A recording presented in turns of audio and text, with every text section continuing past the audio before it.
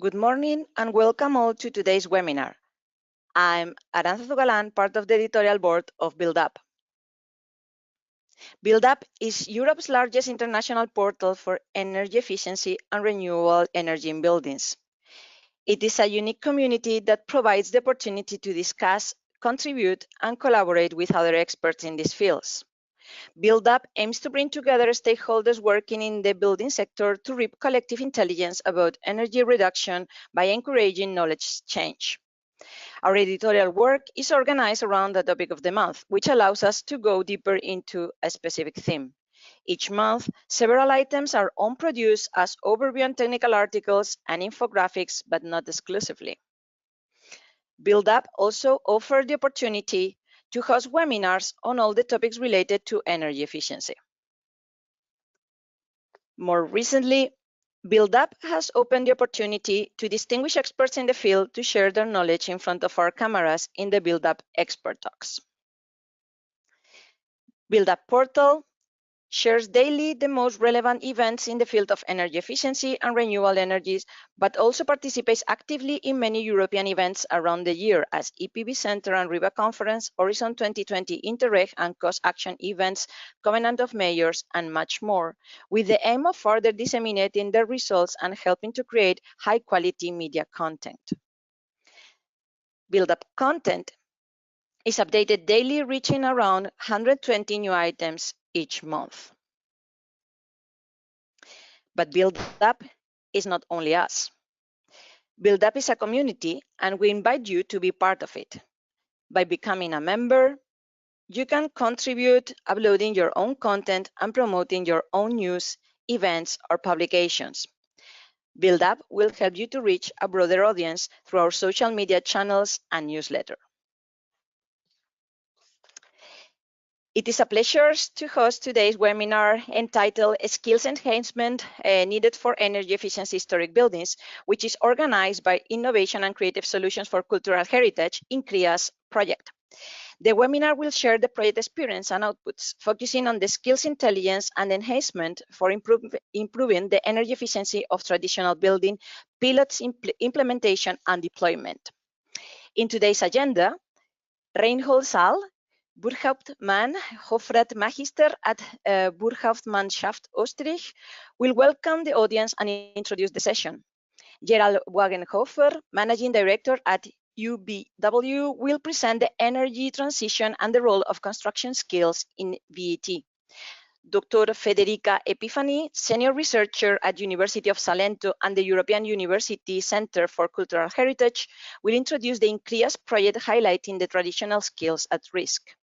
Gerald Wagenhofer, Managing Director at UVW, will take the floor again to present the Pro-Heritage project on improving the energy efficiency of traditional buildings. Finally, Astrid Huber, Head of Information at Federal Monuments Office Information and Training Center, Bundeskenmalat, will present the INCREAS project, highlighting the industrialized solutions understood as standardized implementation. 2 polls will be proposed during the presentation, looking for your participation.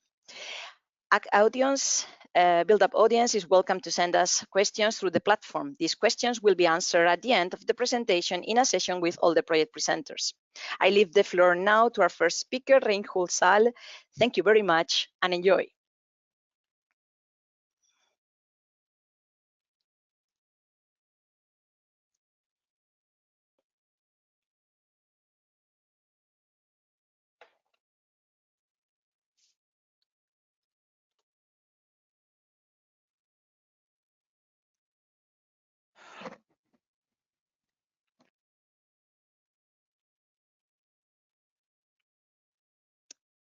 Okay, we have a little change of plans. Reinhold is not yet. He's joining exactly now. Okay. Good morning, Reinhold.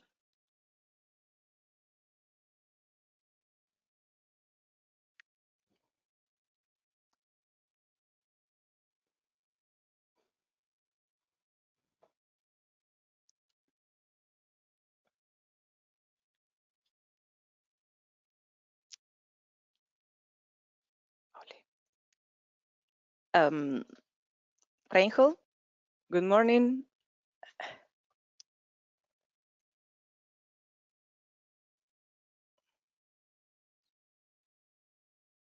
Might be having some technical issues. Yeah. Gerald, I will propose to pass to your presentation. We cannot be waiting a lot more. Yeah. It's okay. It's okay? Okay, Yeah. that's perfect. So I leave the floor to Gerald Wagenhofer, Managing Director at UBW. Gerald, the floor is yours. Thank you. Thank you very much.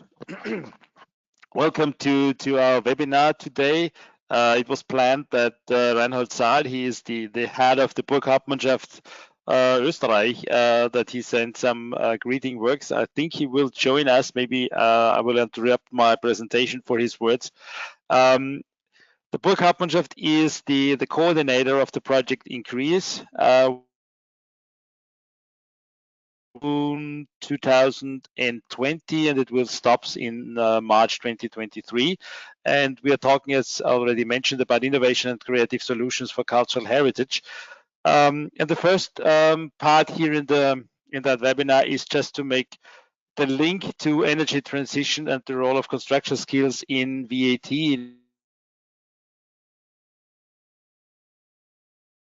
I think you missed some of my words because I see my connection was lost. Can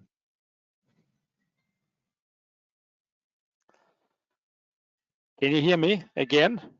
Yes, Gerald, we can hear Okay. you. You can continue.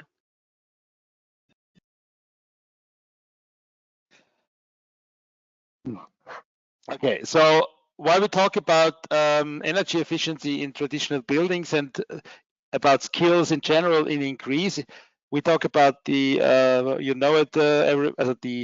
the reasons for doing these projects was not really only the topic of the climate crisis, but it was going to be more important during the project duration. And you know the problem we're talking about, the problem is worse and will be worse, and the historic buildings are excluded officially from some legal requirements, but we think we have to keep our buildings in shape and energy efficiency as well, just to have a contribution and to minimize the problem we have here. Okay. Yeah. So we have some targets to achieve, and I think we haven't to talk that in detail, but we see a lot of countries are not doing enough. And the Burghauptmannschaft, as part of the Austrian government, is, as I mentioned, is not forced to contribute to the national targets, but it is their interest because you can take that with when you report about the results, you can take it and show the historic buildings as well. Therefore, the interest is here quite high. You know that there are some targets about what we should do and how the energy transition should work. We should shift from fossil-based system to renewable energy sources. That was the reason that we do in ProHeritage, in the one project we talk about today as well, that we have a look on how we can use renewable energy sources for historic buildings as well. And of course, the using of traditional materials like lime help us also for the decarbonization due to the effect of getting or collecting CO2 from the air when you have a lime wall as well. And by the way, there are some rules which came up the next few months. It's called ESG factors or ESG reporting, which is related to environmental, social, and governance, where again, public administrations are not forced to keep to that, but as the Burghauptmannschaft is a player, market player in historic buildings because they run these buildings, they are interested to know and to join that initiative as well. That's the figures we have to achieve. I think, of course, we cannot achieve it with historic buildings alone. But if you look at the numbers we have, if you look at traditional built buildings, as we mentioned later on in the definition, it is about 20% of our building stock. So there is a contribution, and there should be considered the right way. You know, all these elements which should help us to striving to be the first climate neutral continent. We still have a way to go. The EU Green Deal will definitely support the activities and all what we have done in, as well as INCREAS, but foremost in ProHeritage, will also contribute to that. And of course, skills are very important, and INCREAS is related to skills in the sector of cultural heritage. And we know that, especially in the cultural heritage sector, we need people to work, because the traditional skills mean we have to have the knowledge in the people to work on. We need also not only creating new skills, but we have to integrate the new skills in the sector as well, because the cultural heritage sector often seen as a little bit reluctant to new skills. So we have to work on that as well. And because Europe is saying it will invest in upskilling and reskilling of its workforce, so we had to look at that. And in the first build-up skill projects where the roadmaps, the country roadmaps was developed, the renovation or the architectural conservation was not considered enough in the most roadmaps I know. Therefore, we had to run the project and make that more visible. And vocational education and training will be the key measure to for of course for upskilling and reskilling, because we have to train the people during their lifetime. Okay.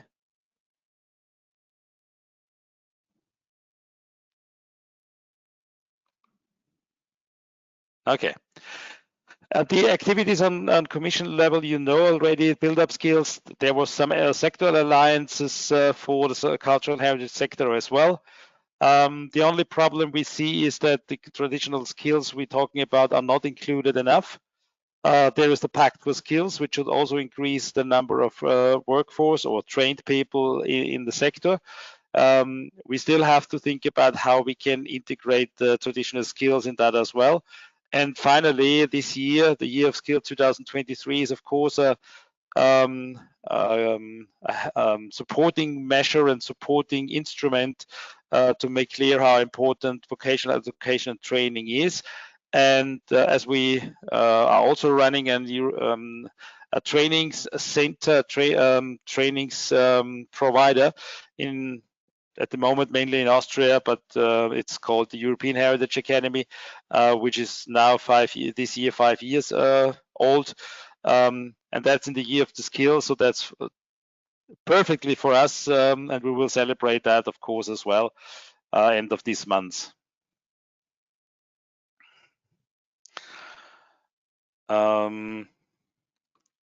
Sometimes there is a little bit delay between the next slide. Yeah, so I'm ready with my first presentation here, and I think there's someone to take over from me for the poll. Yes, well, it takes the floor now, Dr. Federica Epifani. We will come with the poll afterwards, unless we have something different. Dr. Federica Epifani, the floor is yours. Thank you. Thank you. Thank you for this opportunity, and good morning, everybody. As already mentioned in the introduction, one of the activities around within the INCREAS project was still is an in-depth analysis regarding skills at risk in the field of cultural heritage, with a specific focus on the building sector. So to this purpose, the partnership has dedicated a specific sub-project And the aim was not only limited to the identification of okay. I can't, okay, yes. The aim was not only to identify the skills at risk, so therefore a mapping. And sorry, I hear some voices from, can you please close the microphone? Thank you. Not only the mapping, but also the definition of strategies to preserve them, as well as the implementation of appropriate monitoring tools. So the reason behind the crisis in traditional skills, especially those related to historic buildings and craftsmanship, are certainly to be found in low employment rates and attractiveness and slowdown in turnover, especially in these specific sectors. Moreover, some insights can be applied starting from the scientific research on the topic. And in this case, the scenario is far more complex, but at the same time, it offers promising results for a better understanding of the issue of the landscape, as well as some suggestion on how to meet the need for preservation. And there are some reasons for this. First, research is becoming more and more interdisciplinary. It is closely oriented by funding opportunities, and this can suggest a synergy, an increasing synergy between policy and academia. Gerard mentioned the need for a shared action against climate change, and that's a relevant aspect. Another aspect worth to be taken into consideration is that this kind of research among the academic landscape allows us to map the expertise we can count on for the implementation of effective preservation strategies. And the last but not least, we can list the areas, the geographical areas where these topics are more relevant. So what we have done has been a bibliometric survey run in 2022, November 2022, and this allows us to assess the state of the art of the academic research. And we have consulted two of the main scientific repository, like in particular Scopus and Google Scholar. And then we processed the data using Excel and Boss Viewer. The results of the, let me check if, oh yes, okay. So in both cases, we run an advanced research using the keywords you can see in the first table, so the query. And the result is a corpus of 431 papers.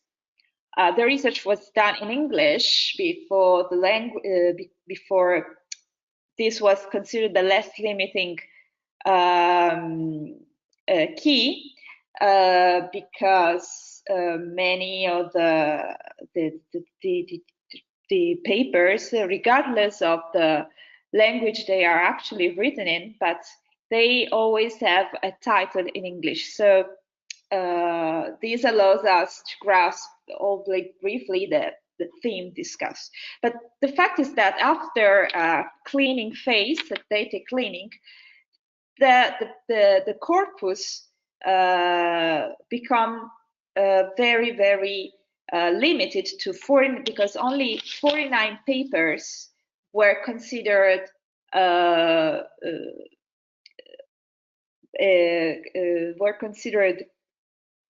really relevant for the topic. So we ran an analysis on an abstract analysis on 49 papers. So the main evidences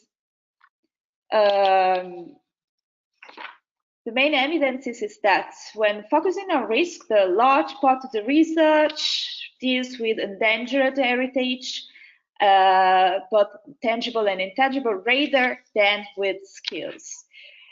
There is an equation between endangered heritage and endangered skills, and more specifically, traditional skills are considered worth of preservation because of their intrinsic value, while their usefulness to the recovery of tangible heritage is not properly stressed. New innovative skills in order to recover endangered tangible heritage are the most relevant aim of the largest part of the research. So digitalization is the big issue for academic research. Furthermore, a geographical aspect is worth being mentioned with regard to endangered craft. A significant amount of case studies has been located in Asia. And there's an interesting aspect that regards the placeness of many endangered skills, because many skills are linked to physical climate condition of the place. So there is still a gap between the recognition of endangered skills and the implementation of the models, strategies, and tools to properly define the risk condition and monitor it. And the most innovative attempts have been run outside the academia. An example is given by the Red List in the United Kingdom.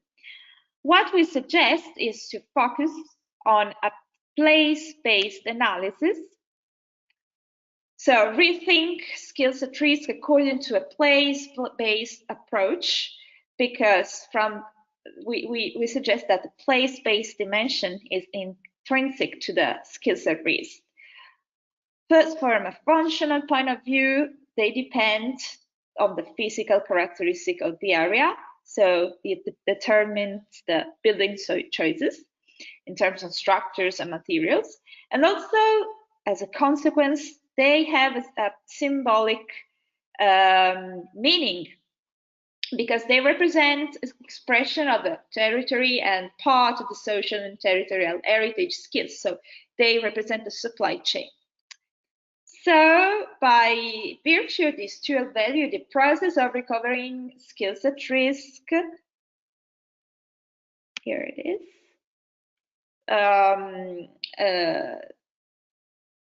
this should be understood as part of a broader process of integrated and multi-sectoral approach to territorial development, also in light of the indication of Agenda 2030. In particular, the recovery of skills at risk appears potentially useful in mitigating the impacts resulting from urban sprawl and land consumption, because it could encourage the recovery of vernacular heritage with benefits from an environmental and cultural perspective. This can also have positive impacts in peripheral, depopulated areas, which are often the ones that hold a significant number of vernacular building heritage with effects on boosting employment. So we suggest that the role of academia should be focused on the development of methodological approaches that can be adapted to the territory, to the place, both for systematic mapping, monitoring, and intervention at regional level, but also to focus on these processes of heritagization of skills at risk, because that can be the starting point, but then it has to be operationalized, perhaps making academia the aboriginal innovation processes that make the results of interdisciplinary research available to territories. So thank you for your attention. And now I'm introduce the poll, just 2 questions I would like to discuss with you later. So Yes, we will introduce the poll. We will change it. Thank you so much, Federica. Thank you so much for such a very interesting position, no? Where we apparently find that the industry for the first time is before academia. In this case, we will discuss later. We will, for our build-up audience and YouTube audience, we are gonna propose 6 questions, I think, in this part. That we can further discuss afterwards in the Q&A session if there is some gap. So let's see the first one. Okay, so the first one is quite easy. Where do you work? Let's see.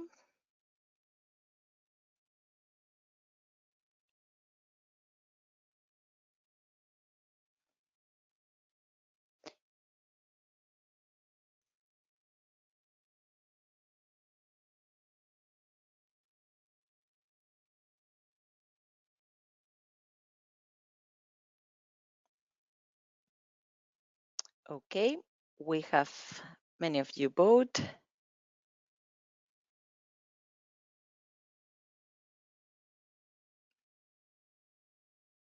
Interesting. I'm seeing many Eastern Europe colleagues. Hello, good morning. Can you hear me? Yes, absolutely, Yes. Gerald. How can I vote? Should I just click on the quick poll? You have a poll yeah. in your right hand side, where there is all the proposals, the chat, etc. There you have a poll also option. Perhaps as you are organizer, it's not available for you. Just take that into account. Okay. Maybe yes. Exactly. Okay, so we have 67% of you voted. Perhaps we can put already the final answers in the screen.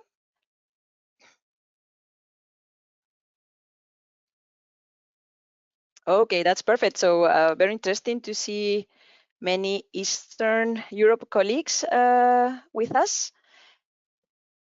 Very nice. Let's go for the second one.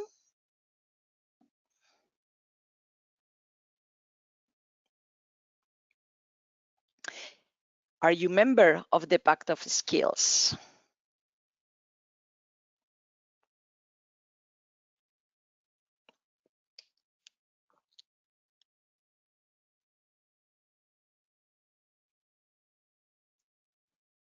Okay.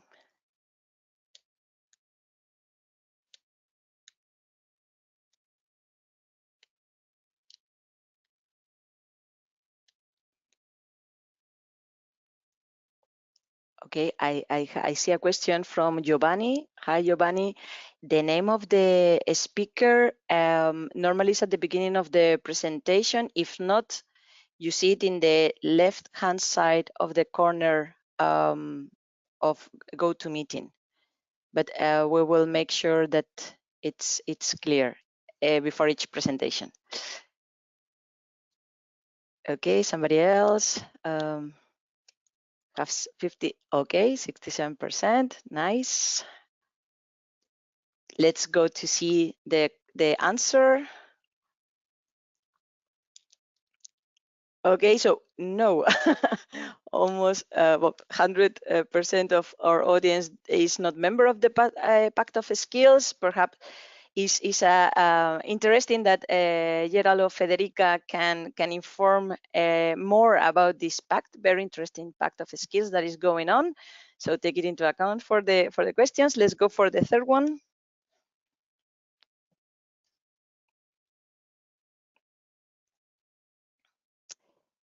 Do you plan to organize an event related to the Year of Skills? Yes or not? I can advance that build up, yes. So keep posted on that. We plan to to have in build up for all of you that are interested in this topic. It will be a transversal topic for all of for us during the whole year. So we will always try to have skills in the background, plus you know that we have built up skills that we will have its future event in a few months. But yes, we are there. Okay, a little bit more. Let's get to the number. Very interesting numbers here. Okay, let's see the final answers. Interesting. It will be very nice to hear those ones planning to organize an event. When we open the questions, please feel free to send questions that I can reproduce for our presenters if you want to present your projects. Let's go for the fourth one.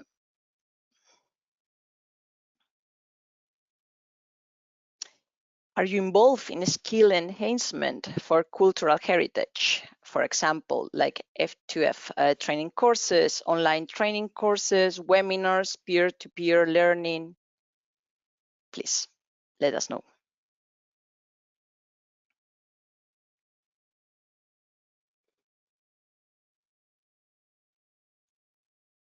Okay.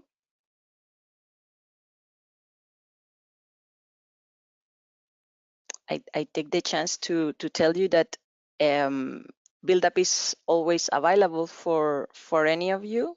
Please let us know if we can help with those webinars or whatever is interesting for you to propose to us and that you think we can be of any help. So, okay, a little bit more.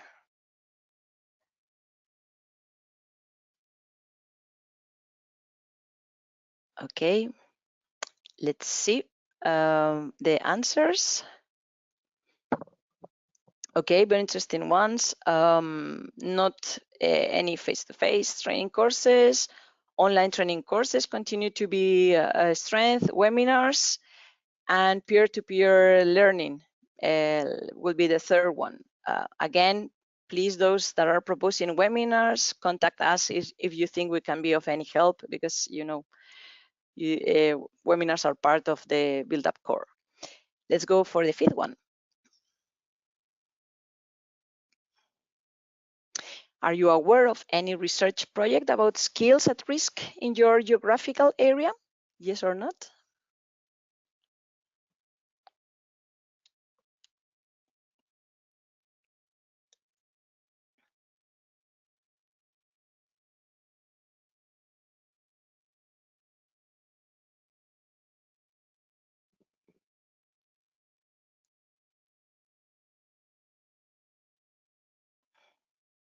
Okay.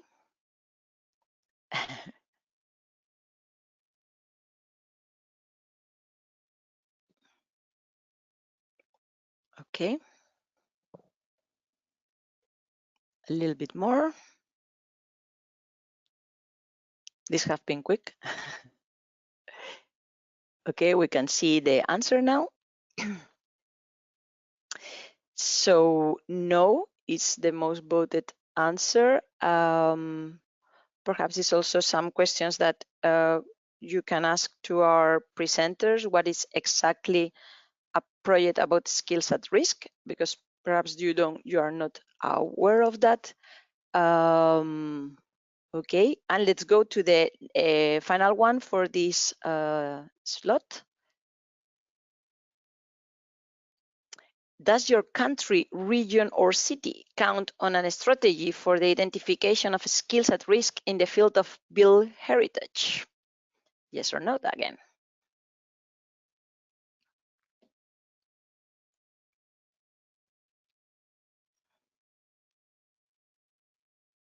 Okay.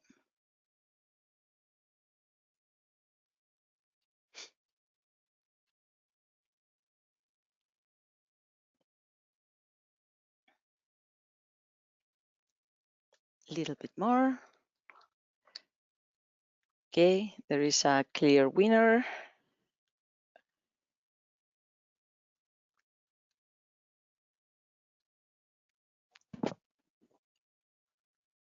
Okay, I think I see the percentage that is voting all the time. Let's see the result. Okay, so unfortunately for our audience, there is a clear winner. There is no strategy for this identification of skills at risk. So something to take into account that I believe it will be very interesting for this bibliometric research also. Thank you very much to all. We will have another poll in a few. Let's give the floor now again to Gerald Wagenhofer, the Manager Director of UBW, that is gonna present ProHeritage, the other project that is with us today. Gerald, the floor is yours. Thank you very much.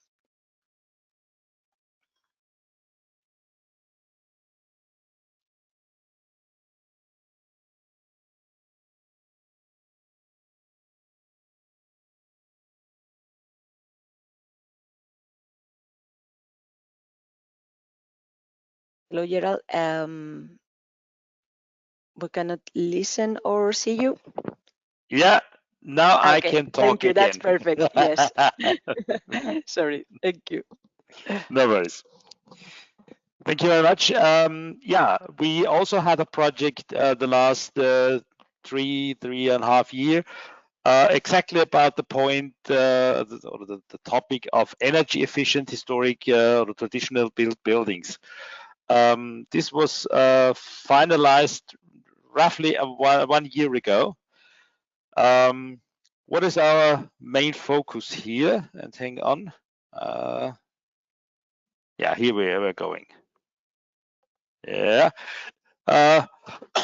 Because the consortium we have, again, the Burghauptmannschaft is the coordinator, and we also have some other organizations which are related to build cultural heritage. And our question was, why we have always the topic that we have to discuss about how to improve the energy performance of traditional built buildings. Because usually you have the situation that if you're not involved in the cultural heritage sector or for listed buildings, you hear just two measures you have to do for increasing the energy efficiency. It's insulation and it's photovoltaic. And both has its place to be used. But first of all, we have to understand what buildings we have, because sometimes it's the wrong measure. And we have to define first what is the significant, what is the heritage values of the building we have in the front of us. And then first of all, we have then to respect that there are different characteristics between modern built and traditional built buildings. You see that the modern building is mainly related to moisture blocking. So we avoid water, we have no permeability, it's closed, it's not breathable, it's just a closed system. But if you look at traditional buildings, you see there's a completely different approach here, because we manage the moisture, the building is breathable, we have a permeability of the building, and it's vapor open. And if we close that by using modern materials and modern measures, let me say, to improve energy efficiency, then it will not work the way we're expecting. Therefore, we made this project because we see that there is no education, no trainings provider which cover that in full full beauty. So that's one of the reasons we started this project. The need was to keep the cultural heritage in shape and available for future generations. That's the overall topic or the overall target we have. On the other side, it's also that we keep historic buildings accessible and adequate for current and future generation requirements. And even the developments in the last year show that we have to do it for historic buildings as well. One of the things we also know from the beginning on, traditional buildings do have an enormous added value. If we invest in historic buildings, due to the fact that we have traditional skills, which is person related, we had an enormous impact, or the leverage to if we invest in historic building. It's 1 to more than 6 euros. So when you invest €1, we will get more than €6 back, and this include all the possible paybacks from on the organization level, but also on the state level. We need traditional crafts. Since 10 years, we organizing a congress, and one of the first statement we found was traditional buildings need traditional crafts to be or that we can inherit it to our future generations. We do have a positive impact on climate protection, because last year we had a conference where the climate ministry in Austria said they are happy that the architectural conservation is starting to move to be open for that topic. And my answer was no, we're just telling you what we did the last 30 years, and we didn't put it in the right context. Because if you look at, for instance, circular economy, we have usually used traditional materials in a circle. That means we are part of the circular economy. We did that since century. We mostly, or nearly in each case, we use natural materials, so we don't have problems with the disposal, and we don't have long transportation because we take it from the region. And each building is different. You cannot treat the Imperial Palace in Vienna the same at the Imperial Palace in Tyrol, in Innsbruck, for instance, because you have a different climate situation. It's built from stone, that's true, but you also have so-called Fachwerk buildings in Germany, or wooden churches in Norway. They all have a different needed a different approach, and even you have one group of building, we believe that it's not that we can apply always the same measures just by knowing it's this kind of building. The research questions we found, or we put on the point on the table, it was, what are the appropriate energy efficiency measures? So we took we collected some best practice examples to make clear that we are able to prove what is the appropriate energy measure. For instance, the Imperial Palace in Vienna is down to 80 kilowatt hours per year and square meter. And if you know that the average in Austria is above 200 for historic buildings, if you look at the statistics, and if you, for instance, look far east for Poland, for instance, it's about 400 kilowatt hours per year and square meter.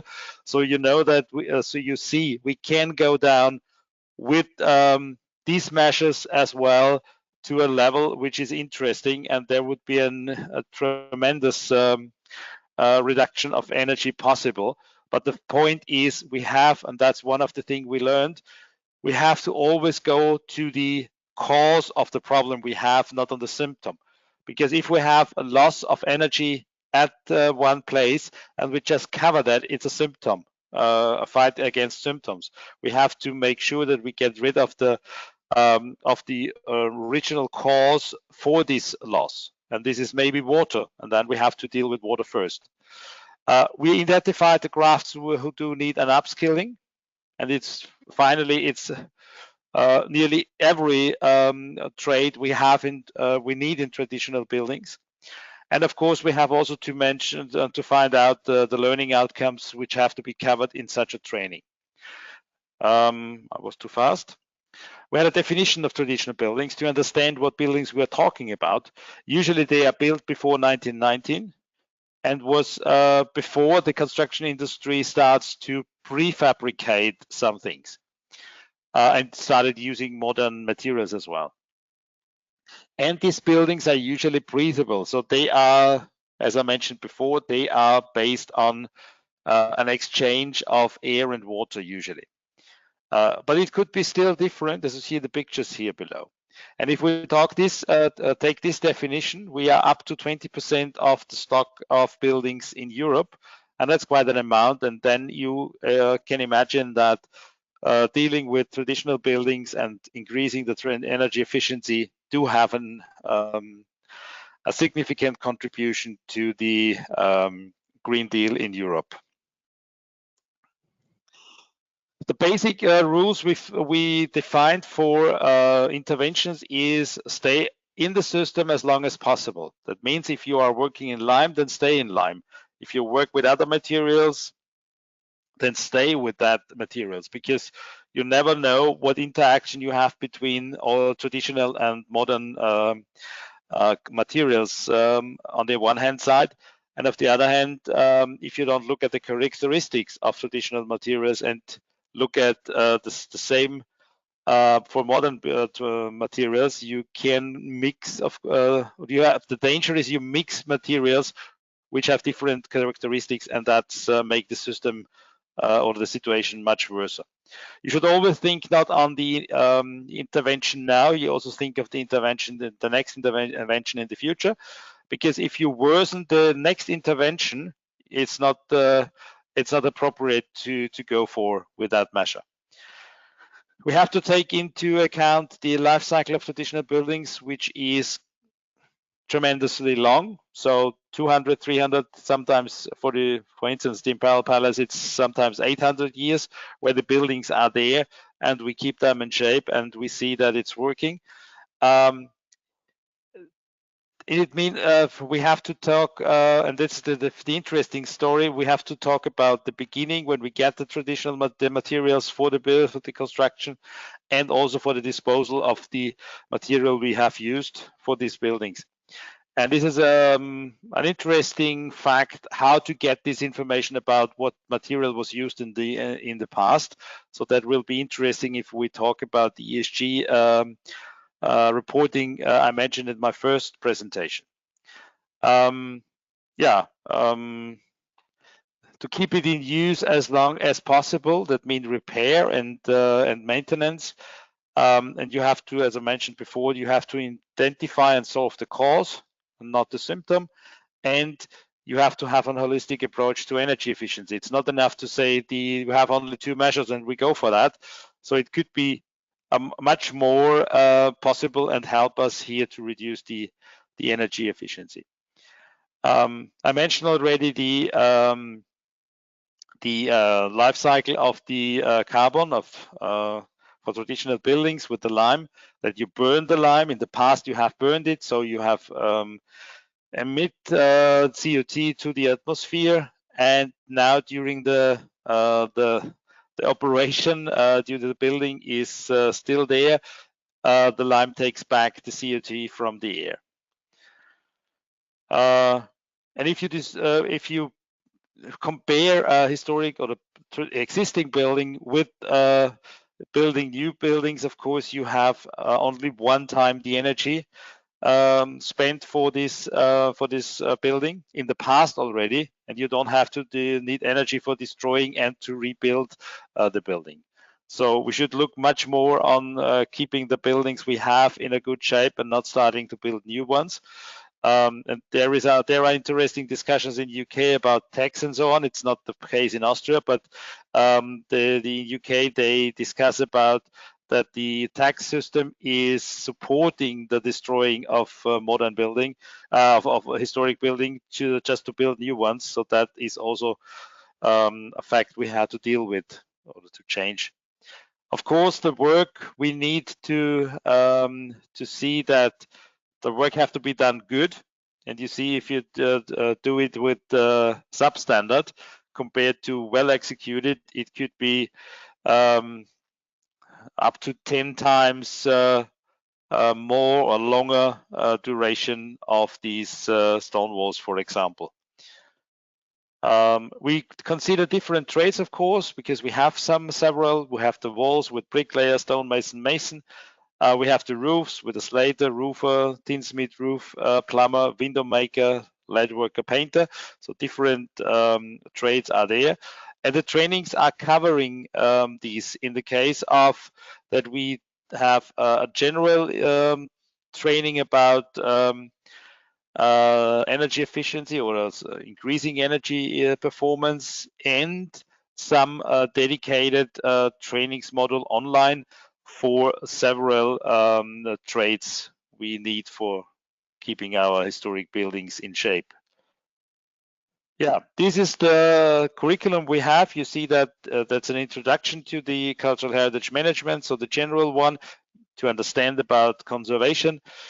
You have this the first part, which means respecting significance of buildings, traditional buildings, which mean how to intervene using traditional materials. What are their characteristics, advantages, and disadvantages? We talk about sustainability principles, which means that we talk here much more about climate protection as we have planned in the beginning.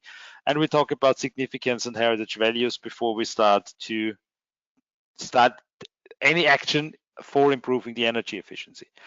The next one is understanding traditional buildings. This means how this building is working.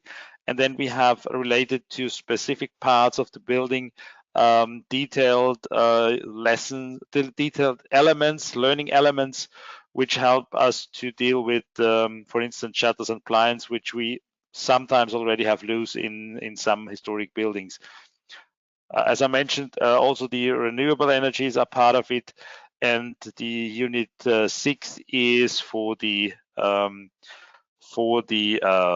oral exam, because we have a certification for the training as well. That means that you can take part in a face-to-face training.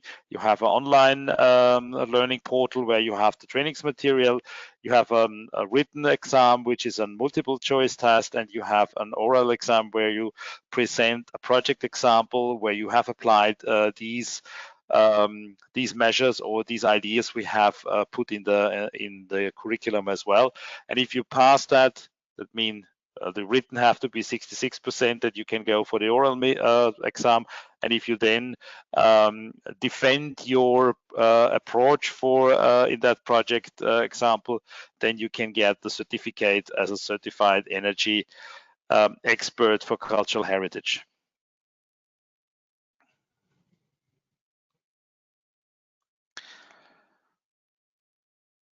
Okay, I try to get the next page.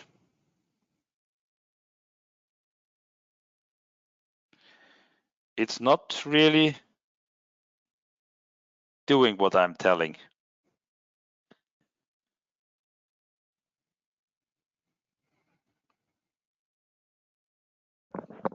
Click in the slide and try again. I do it already, Okay. but it's not moving forward. There it's you go. Yeah, it was too much. A little so I have bit to of go delay. back. Yeah, okay. And then what are the results of the project? The main achievements, of course, was that we had developed training course material, and we tested it, including the curriculum, the trainings material, and also we validated the persons we know, and we had a validation and certification process for the future. We identified potential trainings provider, because we will roll out that training not only in Austria, but it doesn't make sense because it's covering requirements which are European ones. So we tried to find possible cooperation partners for the rollout. We had developed several videos for best procedures for craftsperson's work. Of course, we discussed the sustainability concept not only for the training itself, but for the it's related with the content in the training as well. That we talk about sustainability of buildings as well. And finally, we had a calculated reduction of energy consumption in Europe over 5 years, because Horizon has a specific calculation format for that. And this would be up to 17 gigawatt hours we could spare with when we apply the trainings, as we mentioned, in Europe. But of course, it depends on the number of trainings we offer, on the number of participants we have in the training, and therefore this is based on the assumptions we have for that part at the moment. But we're still interested to roll that out and help the sector to play an interesting part, or a significant part in the Green Deal, which is a major topic or the major objective of the European Union. Thank you for listening to me for this part. And now I hand over to the polls, I think. Okay, yes, perfect. Thank you so much, Gerald, for the insight of the traditional buildings in detail and technical. We will go back in the questions because there are many questions tremendously interesting. So let's go for another poll.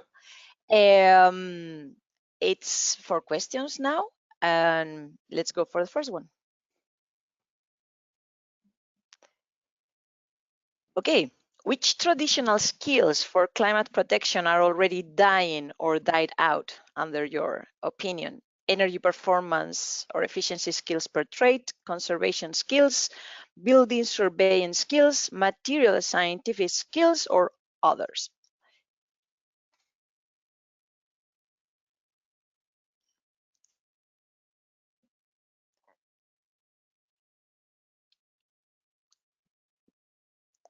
Let's see what our audience think.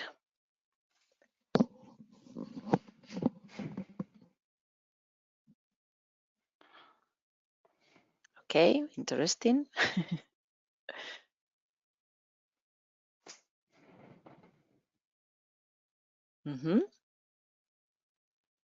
There is they're fighting.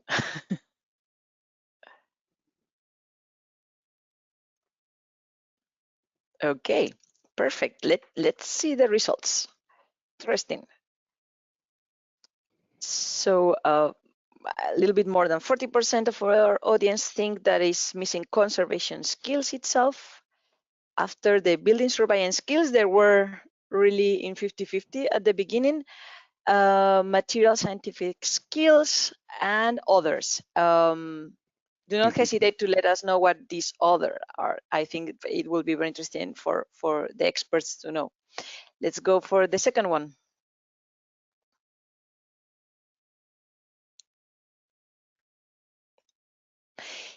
Do you know the EN 16883 of 2017 Conservation of Cultural Heritage Guidelines for Improving Energy Performance of Historic Buildings? Yes or not?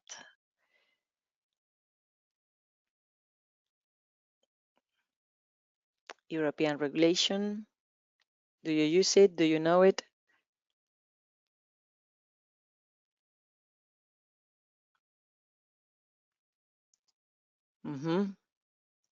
Okay, interesting.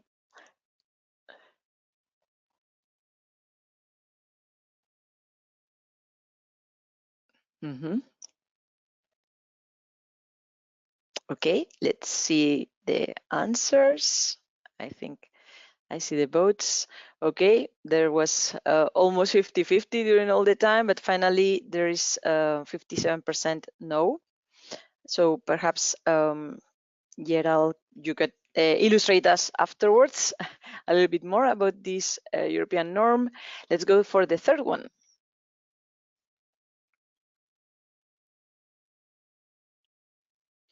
Do you apply the previous standard, the conservation of cultural heritage guidelines for improving the energy performance? Yes or no, in your work? Are you working with it? Do you use it?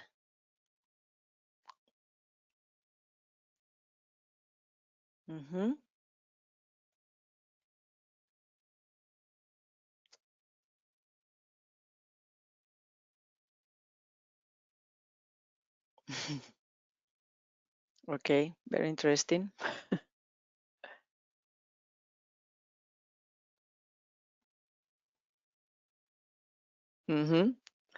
Let's see it. It's completed now. Everybody have voted. Let's see the answer.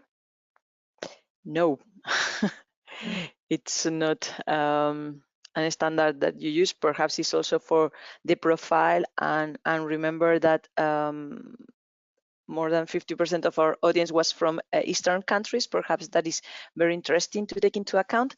Let's go for the next question. What measures are you applying to your traditional buildings?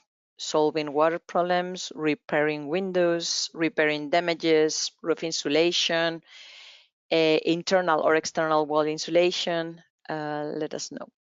It's only one choice, but perhaps you are proposing several in your own traditional building, but what will be the one that is the most, let's say, proposed for you? Mm-hmm.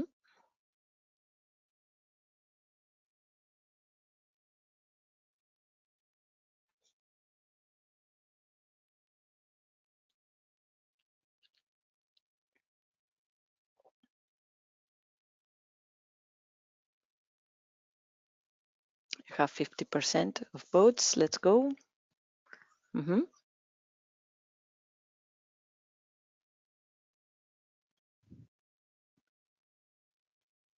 Okay, let's see the answers. So the main will be the repairing the damages in general. Afterwards will be repairing the windows or substituting, I believe, and solving water problems.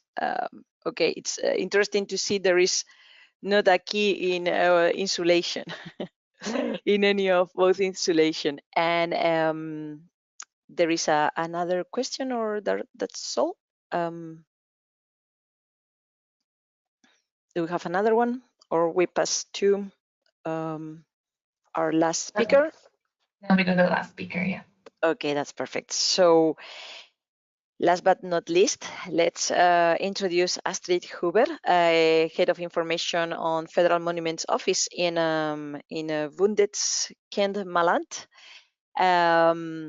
Astrid, the floor is yours. Thank you very much to be with us today. Okay. Thank you very much. Can you hear me? Does it work? Perfectly. Yes, absolutely. Oh. Yes. So thank you very much. Yeah, the title of my presentation is Care and Repair, because this title expresses our main approach to heritage preservation in the Karthausen Mauerbach. So this is the former Carthusian monastery near Vienna in the Viennese Woods. It's a department of the Federal Monuments Authority, Austria. Let me see if it works. Okay. Experiences from centuries. The tradition of care, maintenance, and repair has been practiced for centuries. A radical turning point was the industrialization of building constructions, which replaced almost the entire craft tradition since the 1950s and replaced it with completely new materials and technologies of a globalized world and an efficient chemical industry. Petroleum-based plastics, industrially produced high-fired cements, and are conquering the construction market, displacing the local traditional building materials. The house becomes an architectural machine, but often only with a very short lifespan. So this was the background why our Center of Historic Crafts at the Karthausen Mauerbach was founded in 1984. Traditional handicraft techniques are the basis for the preservation of historic buildings. The Information and Training Center for Architectural Conservation, which is our name of our department today, in the Karthausen Mauerbach, we researches the knowledge of historical building materials and techniques and imparts this knowledge in courses to specialists from crafts, restoration, architecture, planning, and monument preservation. So our main topics are research and training, information and advice, and we have a lot of collections of architectural details, traditional tools and materials as a store of knowledge for historical building techniques.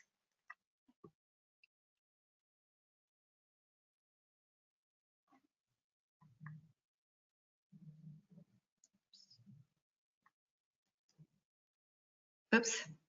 Okay, is it possible to go back to? Yeah, thank you. So here you can see the Karthausen Mauerbach. It's a really huge building complex, and we use this building as a training for our practical workshops.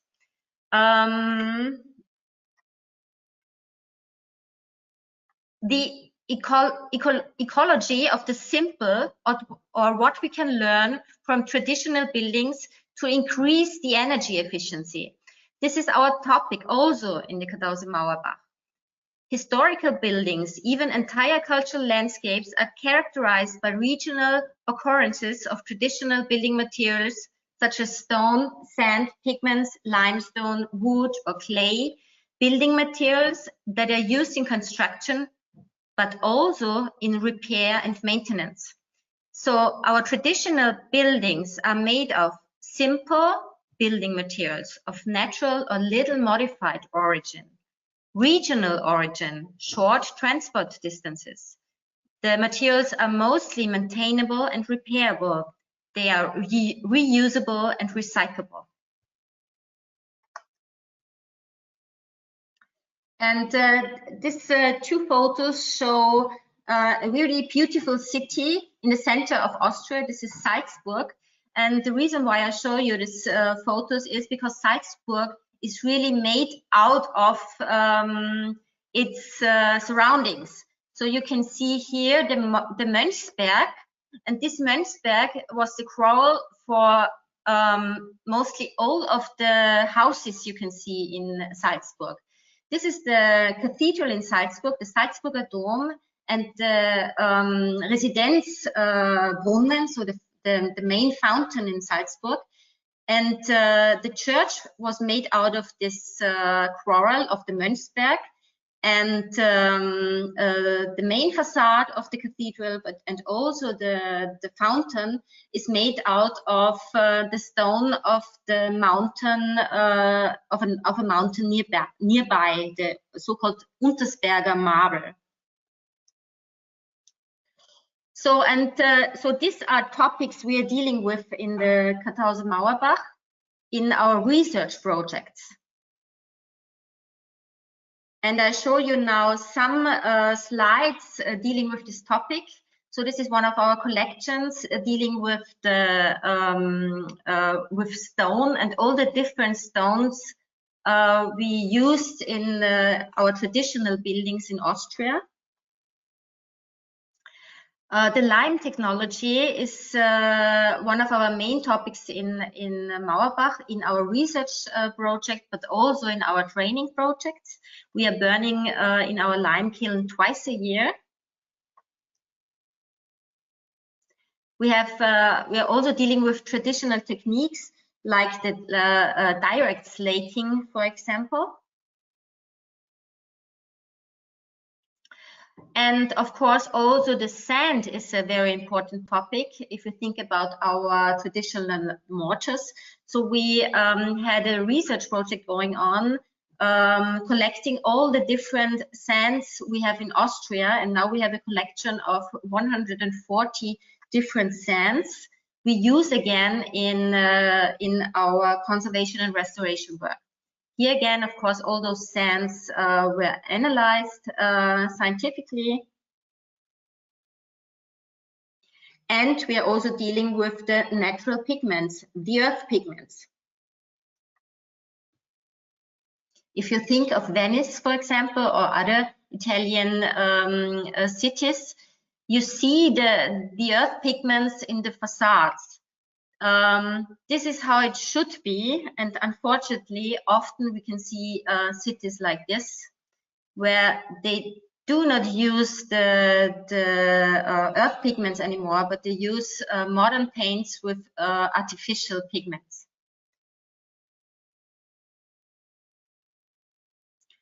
We are also dealing with the topic of clay. In Austria, we have a lot of clay buildings, so they really use the material they found in front of the houses for the walls itself. They also use straw for the thatched roofs. So here, this is an example we did again in the 1000 Mauerbach in our big cloister. And now I want to show you some slides of our training courses. So we do a lot of training courses, especially advanced training for craftsmen, conservators, restorers, architects, courses for smithies, engravers, stonemasons, painters, carpenters, and so on. And we are also a service and information center for owners, architects, but also for the craftsmen and restorers. We have around 25 to 29 courses going on each year, with around 450 to 500 participants in our courses each year. As I told you before, the training place, or the practical work takes place in and at the surfaces of the Katusha monastery. So it's a kind of work in progress where we restore the building step by step by doing courses with participants. Gerald Wagenhofer also told you this, that we always try to stay in the system. So if we have a lime plaster, we use the lime technology also for consolidation work. And we have a lot of experience dealing with this topic since 30 years. Of course, also for care and repair work, we use the lime technology. And of course, for reconstructions, we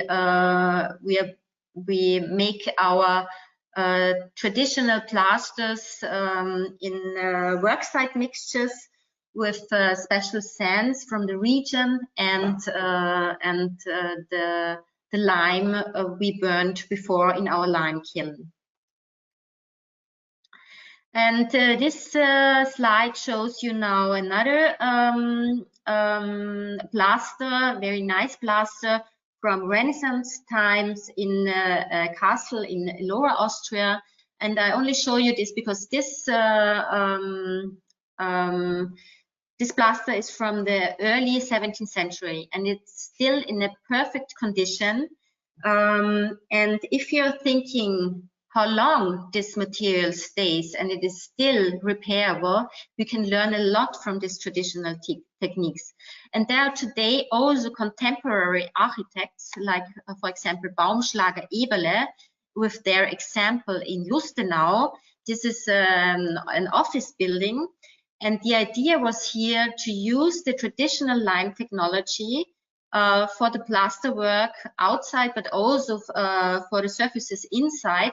And the idea was that this building should last also between 150 to 200 years. And normally at the moment, we are demolishing the buildings from the 1980s and 1990s in Austria. So a new building at the moment has a life cycle from between 15 to maximum 30 years. And our traditional constructions, our historic buildings, they last over hundreds of years. So we can really learn a lot of from this building tradition. We have also courses going on for our apprentices. Here, for example, the traditional masonry construction. So massive walls are a topic. We are also dealing with facing brickwork. We have courses and workshops going on in Lower Austria.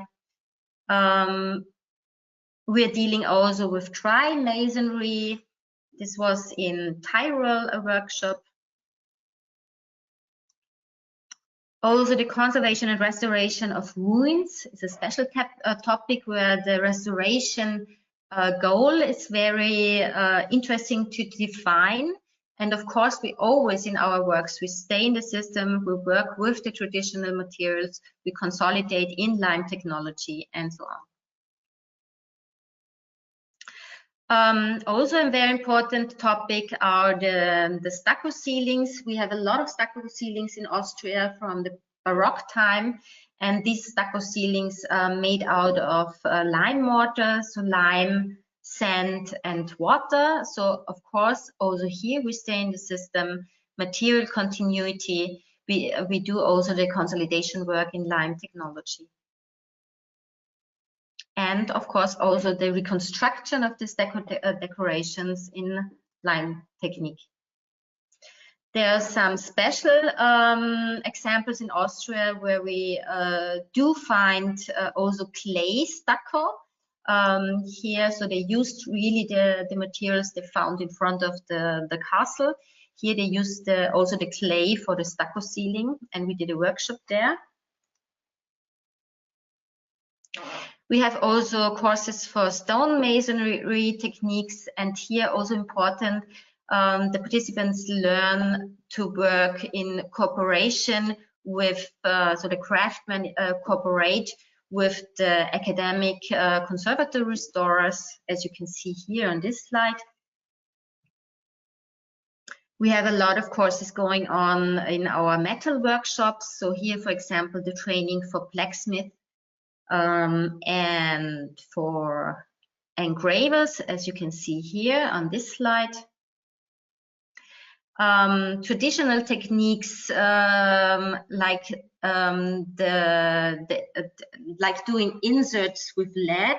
This is also a traditional technique which you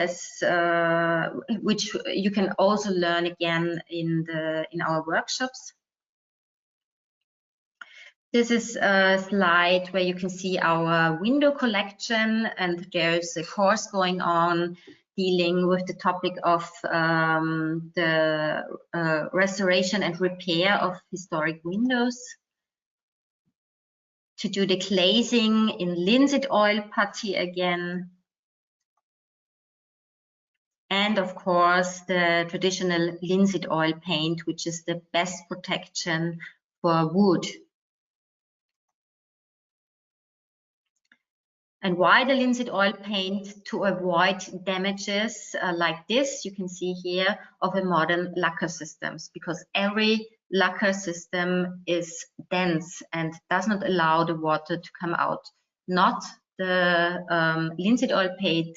The linseed oil paint always stays open for humidity to come out.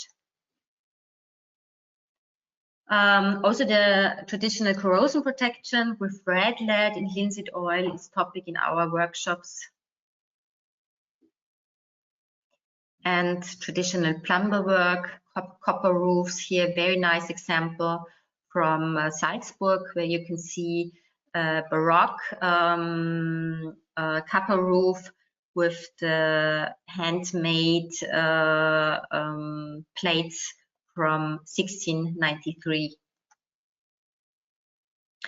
Knowledge of centuries. I told you about our collections, and now I will finish my presentation with some slides of our collections. Here our window collection, again in the big cloister of the monastery. We have a big collection also of his traditional tools. Brick collection, wooden floors, also a very nice exhibition dealing with this topic. You can see the exhibition. And we have twice a week, we have open days with lime burning and traditional crafts. Next time it will be on in the beginning of June, 3rd to 4th of June. And here you, at this weekend, you can see all our different topics, presentations of the traditional crafts, restoration work. You can come with questions, and our lime kiln will burn, and so on. So I thank you for your attention. Visit us in Mauerbach or on our homepage, bda.at. Thank you very much. Astrid, thank you so much. It was so interesting. It's always so rewarding to see the final product and the outcomes and how they are applied on site. So yeah, extremely interesting. I see Reinhold. Hello. Finally, we don't want to miss your words, although not a welcome anymore, but your words about these projects and the topic in itself. So I leave you the floor. Thank you so much for joining us.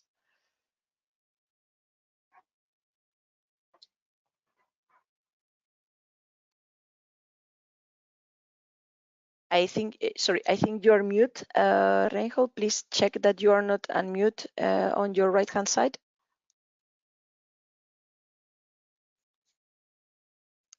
Oh, it's done? That's perfect. Okay, Here. thank you. It's a different program for me.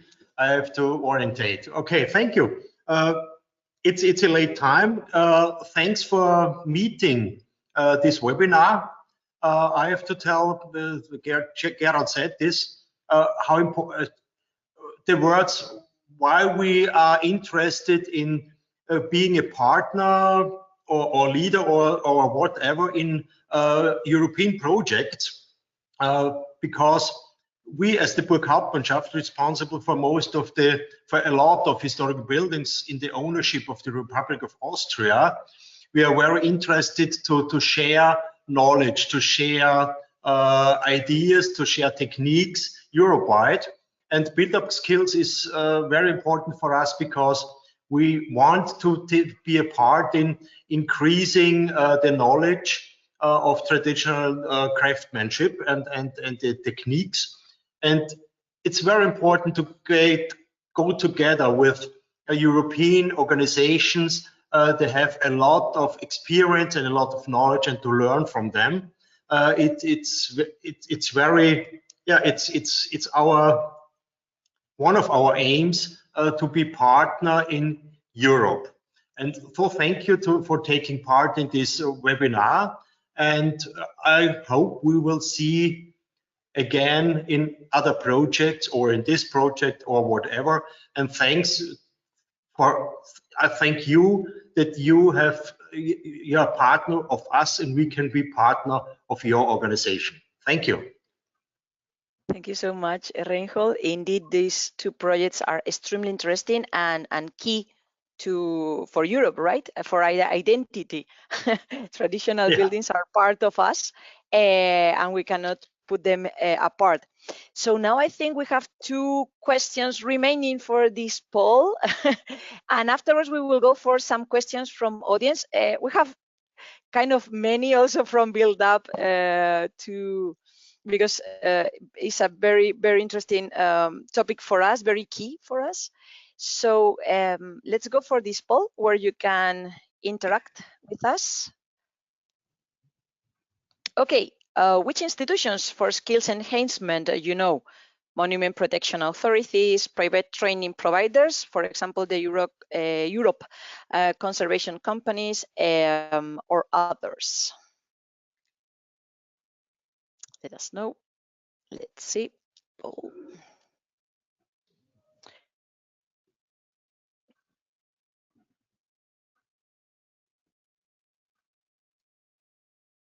Okay.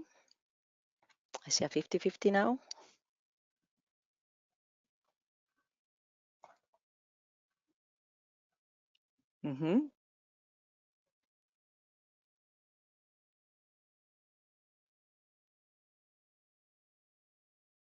Okay, I think we can see the answers now. So the majority know the monument protection authorities.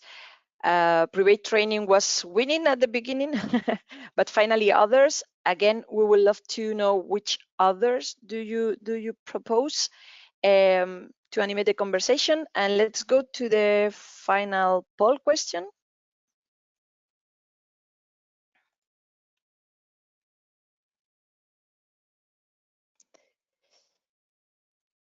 So have you ever heard about the European Heritage Academy? Yes or not?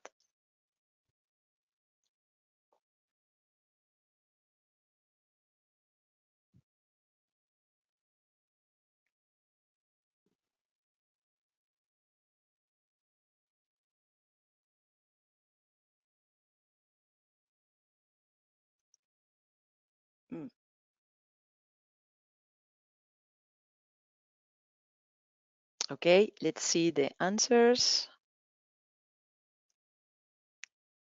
Okay, so more than 50% of our audience have said no.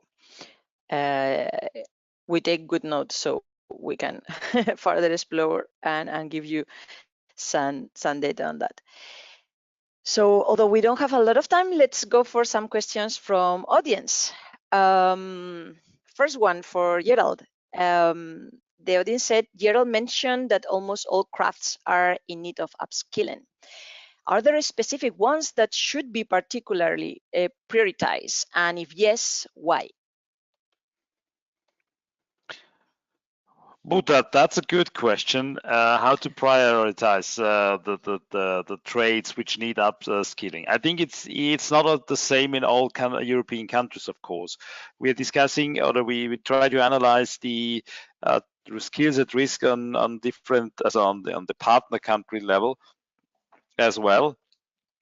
But if you look at that, you have different feedback on that. For some areas, they say all traditional trades related to historic buildings are already at risk, and we have to, yeah, maybe we're not upskilling. We're also talking about reskilling, because we don't have the people they be able to work in that area.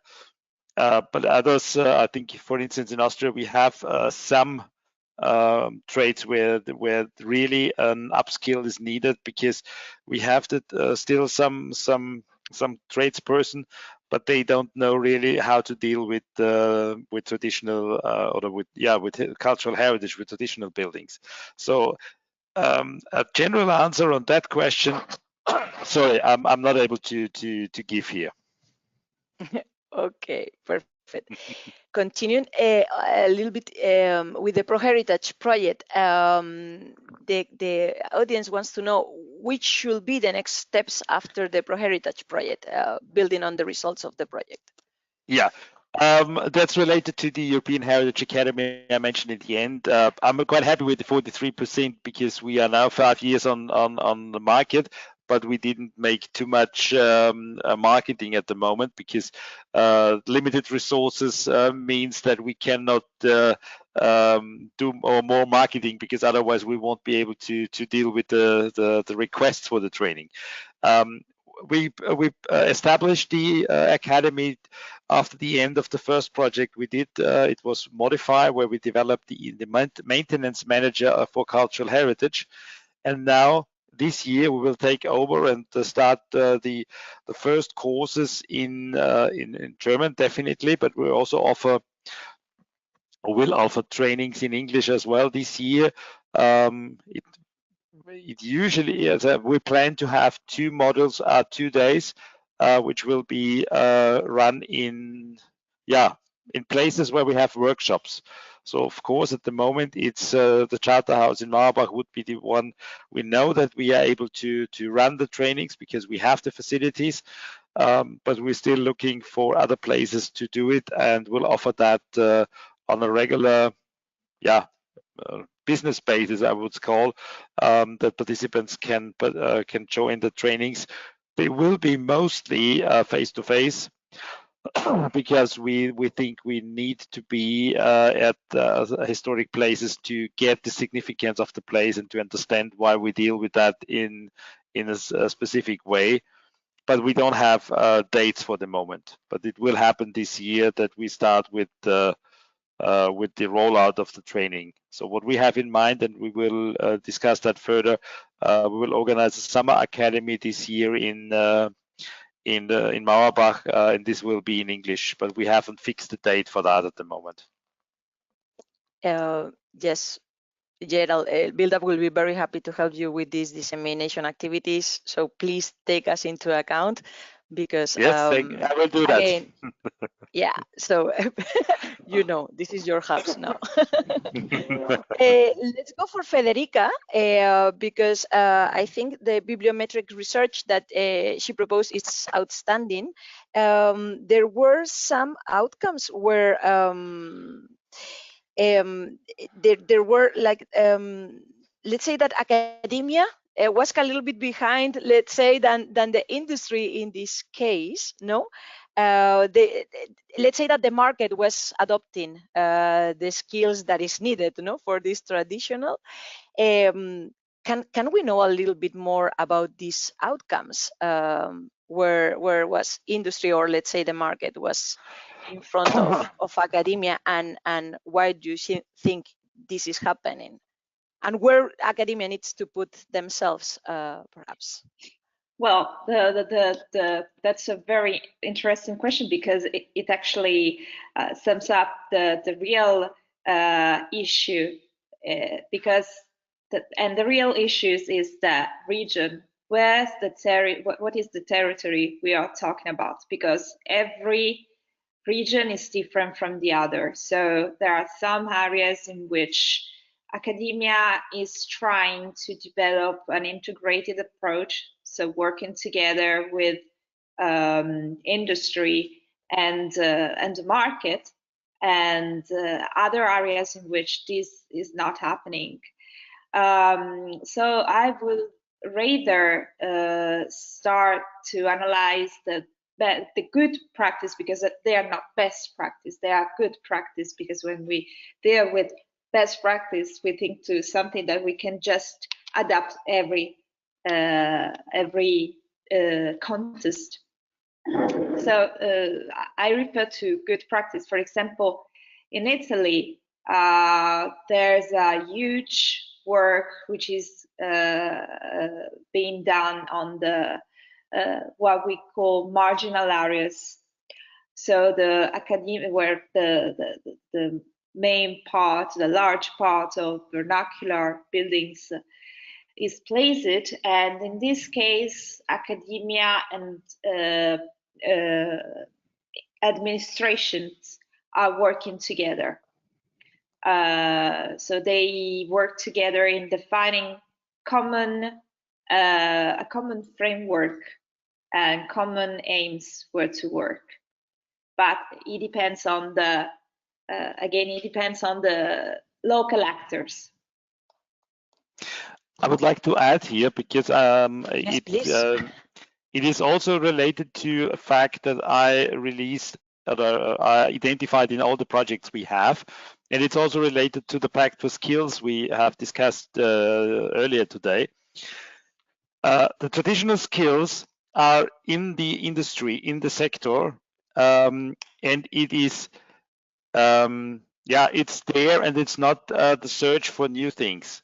So the link between the industry and the academia on that in that area is not really related on traditional skills. If you look at the cultural heritage research, it is also mainly related to what is this building, how you run it, what is the history of it, what is the values on it. But if you go down to say how we can repair it, how we can maintain it, it is not so really related to the academia, related to cultural heritage. And we have the same problem for Pact for Skills, for instance, what I mentioned before. There is a Pact for Skills for cultural heritage, which is mainly related to museums, archives, libraries, and archives. I always forget the archives, the CLAM sector. So this is cultural heritage. But if you talk about the construction sector, this is also a Pact for Skills for that area. You don't have the traditional skills included there. And you also have it not in the cultural heritage. So it's always between the both sectors. And this is the reason why we in cultural heritage not really know about the Pact for Skills, and we don't have the players to go for it, because there is no big industry or big companies in Europe, not very much. I think 3 or 4 of them in Europe. They have more than 100 people working in that area for maintaining historic buildings. They are usually small companies, and therefore they are not able to make that Pact for Skills on European level. They might be able to do it on a regional level. But this is still on the beginning, because the Pact for Skills is now, I think, 1.5 year old, so roundabout. Mm-hmm. Yep. And then now starting with the regional agreements as well. And I think that the problem is that the traditional skills often gone lost in academic research, and also in the and when you look at the industry in the or the measure of the what the industries are doing, like the Pact for Skills or other things. So that's, I think, also a topic that the academic is not really taking on the traditional skills, because usually also you get, when you talk about traditional skills, often the answer, we're talking about waving baskets. This is also traditional skills, but not related to buildings, of course. And there's also a separation here. Absolutely. Yeah, I mean, you give me the perfect push to go to Astrid and ask her, is this lack of craftsmen that can repair these traditional buildings a drawback to being more attractive? Let's talk about, you have put examples of beautiful churches and so forth, but we also have traditional buildings working as dwellings, and they seem less attractive for being for clients, let's say. No, is this lack of workforce a drawback to buy them and use them as in the past? I think it's not a drawback. I think it's it should be maybe more topic in the future, because we, as I told you, we can learn a lot of these traditional buildings also for our modern future contemporary or contemporary buildings, to especially if you think about energy sufficiency, to build up houses that will last longer than 30 years, with made out of massive walls and not only glass, where we have problems with overheating in summer times, for example. Made out of traditional materials with no or less transport ways,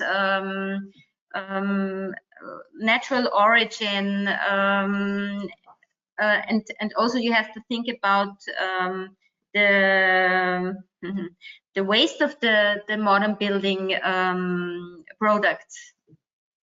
They are not recyclable in many cases. Absolutely. Is this what you asked me? I was not. I didn't understand. Yeah. It will be a long answer and a beautiful discussion. But I myself come from a country where we have buildings of more than 1,000 years in perfect condition, and we have a house of the 90s completely cracked. Perfect. So I love conservation. So with I will try in a very humble way to do a recap, because you have made so many quotes that are outstanding for what is going on in the discussion in the European ecosystem of traditional buildings. I take the words of Astrid about traditional buildings that already check up so many sustainable boxes, no? And they are that are the ones that we are trying to achieve with the new buildings, and they are there, and learning from the past. Love that phrase. I take from Federica all this study on this, what is going on, what is already there, to recap it and make it understandable and make it usable, no, with this bibliographic research, and mainly these skills at risk, a beautiful word also.